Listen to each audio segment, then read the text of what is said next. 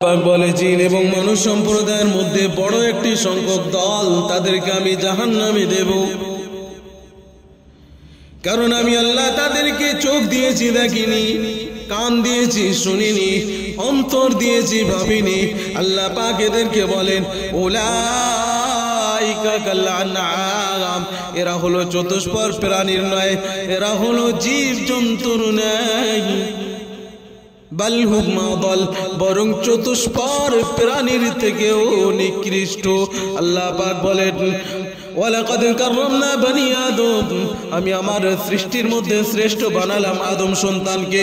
এই আদম সন্তানের মধ্য দিয়ে যারা শ্রেষ্ঠত্ব বজায় না রাখবে, যারা নিজেদের পরিচয় বজায় না রাখবে, আমি আল্লাহ আমার সিজদা আদায় না করবে, আমি আল্লাহ আমার হুকুম আদায় না করবে, আল্লাহ তাআলা বলেন বাল হুম আদাল, তারা এই সৃষ্টির শ্রেষ্ঠ খাতা থেকে তাদের নাম কাটা গিয়ে তাদের নাম সৃষ্টির নিকৃষ্টতম পশুদের মধ্যে কুত্তা এবং শূকরের থেকেও এরা নিকৃষ্ট হয়ে যায়।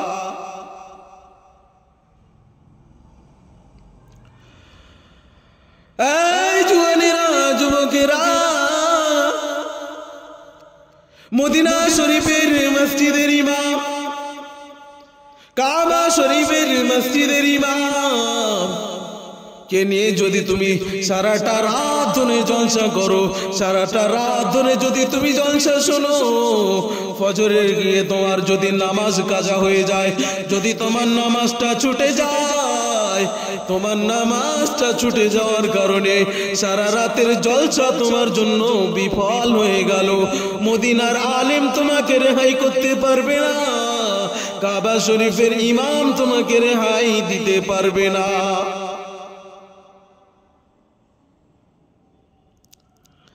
তুমি আলেম ওলামাদেরকে নিয়ে জলসা দাও, ভালো কথা, মানুষকে ইসলাম শেখার ব্যবস্থা করো, ভালো কথা। তুমি যদি নিজেই নামাজ না পড়ো, তুমি আল্লাহর কাছে বাল হুম আদাল, চতুষ্পদ প্রাণী থেকেও নিকৃষ্ট হয়ে যাবে। এজন্য সর্বপ্রথম নামাজ, তারপরে তোমার অন্য কাজ। কবরে গিয়ে সর্বপ্রথম যে প্রশ্নটি তোমাকে করা হবে, আমাকে করা হবে, তুমি দুনিয়ার মধ্যে নামাজ পড়েছিলে? আমি আল্লাহ পাক তোমাকে অর্ডার করেছিলাম নামাজ পড়ার জন্য 5 ওয়াক্ত, তুমি পড়েছিলে? যদি আমি আপনি নামাজ না পড়ি, তাহলে আমার আপনার রেহাই নাই।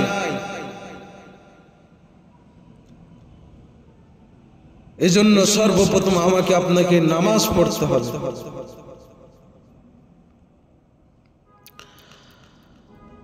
নবী পাক সাল্লাল্লাহু আলাইহি ওয়াসাল্লাম হাদিসের মধ্যে বর্ণনা করেন, মান তারাকা সালাতা ফাকাদ কাফার, যে ব্যক্তি নামাজ ছেড়ে দিল সে কুফরি করল।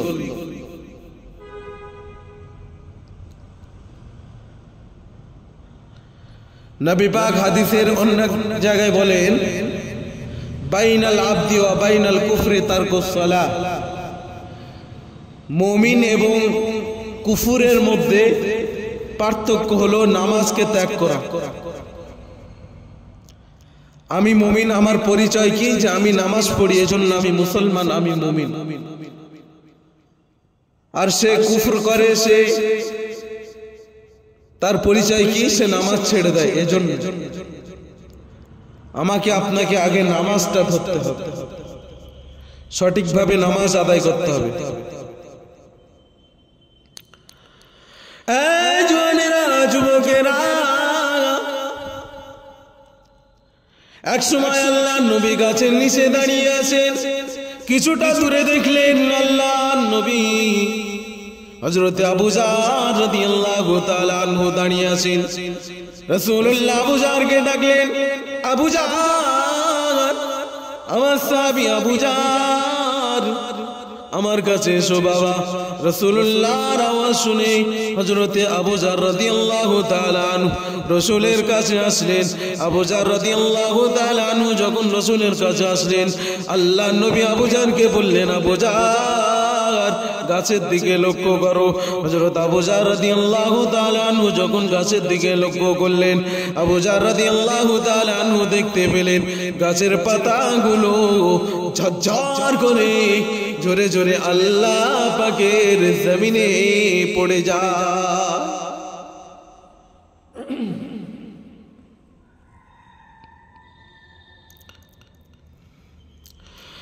হযরত আবু যার রাদিয়াল্লাহু তাআলা আনহু হাদিস বর্ণনা করেন, এক সময় আল্লাহর নবী গাছের তলায় দাঁড়িয়ে আছেন।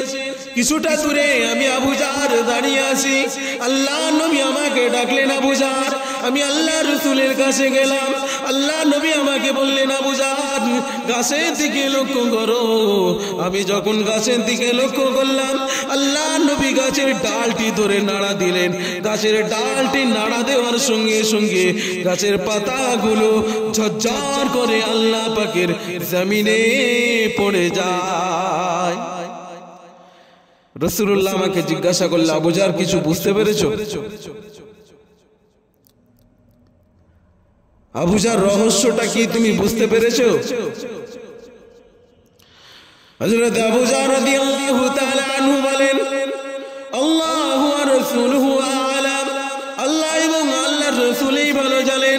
ইয়া রাসূলুল্লাহ, দয়া করে আপনি আমাকে বিস্তারিত বলে দেন। রহস্যটা আমি বুঝতে পারিনি, রহস্যটা আমি ধরতে পারিনি। নবী আমার সাল্লাল্লাহু আলাইহি ওয়াসাল্লাম, ও সাহাবী আবু যার, দুনিয়ার মধ্যে যখন কোন আমার উম্মতি, দুনিয়ার মধ্যে যখন আমার কোন উম্মতি মসজিদের আযান শুনে 5 ওয়াক্ত নামাজ আদায় করে, 5 ওয়াক্ত নামাজ যখন আদায় করে, তুমি যেমন দেখতে পেলে গাছের পাতাগুলো জোরে জোরে আল্লাহর পাকের জমিনে পড়ে গিয়েছে, ওই ব্যক্তির জিন্দেগানি থেকে, ওই ব্যক্তির আমলনামা থেকে গুনাহগুলো জোরে জোরে আল্লাহ পাকের জমিনে পড়ে যায়। একটু জোরে হবে না? কি বুঝলেন? 5 ওয়াক্ত নামাজ পড়লে সাগীরা গুনাহ যত আছে আপনার জীবনে, গুনাহ যত থাকবে, ওই গাছের পাতার ন্যায় আপনার গুনাহগুলো জোরে জোরে মাটিতে পড়ে যাবে। একটু জোরে হবে না? সুবহানাল্লাহ। এই নামাজ থেকে আমরা গাফিল। ভাই আমার, আগে নামাজ পড়তে হবে। নামাজটা হচ্ছে ইবাদতের মূল। এজন্য সর্বপ্রথম আমার কর্তব্য যেটা হলো, আমাকে আগে নামাজ পড়তে হবে।